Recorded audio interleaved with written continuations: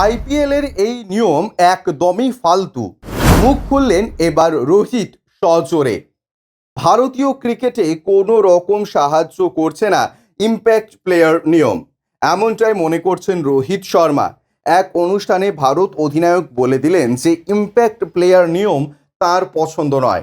আইপিএলে রোহিত খেলেন মুম্বাই ইন্ডিয়ান্সের হয়ে, সেই দলের অধিনায়ক ছিলেন তিনি।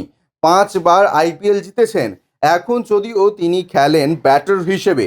আইপিএলের ম্যাচেই এক সাক্ষাৎকারে রোহিত বলেন, ইম্প্যাক্ট প্লেয়ার নিয়মটা আমার খুব একটা পছন্দ নয়। এর ফলে অলরাউন্ডারদের প্রয়োজন কমে গিয়েছে। ক্রিকেটটা এখন 12 জনের খেলা হয়ে গিয়েছে। এর ফলে ক্রিকেটটা নষ্ট হচ্ছে, দর্শকদের জন্য যদিও উপভোগ্য হচ্ছে ব্যাপারটা। রোহিতের মতে এই নিয়মের ফলে ভারতীয় অলরাউন্ডাররা সুযোগ পাচ্ছেন না। ওয়াশিংটন সুন্দরের মতন ক্রিকেটারকে দলে নেওয়া হচ্ছে না। শিবম দুবে ব্যাট হাতে রান করলেও বল করছে না। রোহিত বলেন, ভারতীয় ক্রিকেটের দিক থেকে দেখতে গেলে ওয়াশিংটন শিবমরা বল করছে না।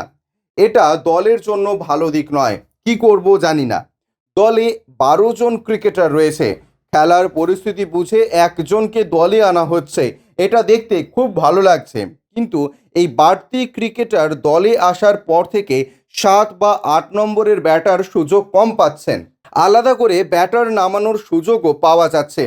রোহিতের সঙ্গে এই অনুষ্ঠানে ছিলেন অ্যাডাম গিলক্রিস্ট, অস্ট্রেলিয়ার প্রাক্তন ক্রিকেটার, এক সময় আইপিএল খেলেছেন। তিনি বলেন, এই নিয়মটা দর্শকদের জন্য, ক্রিকেটের স্বার্থ দেখে এই নিয়ম তৈরি করা হয়নি।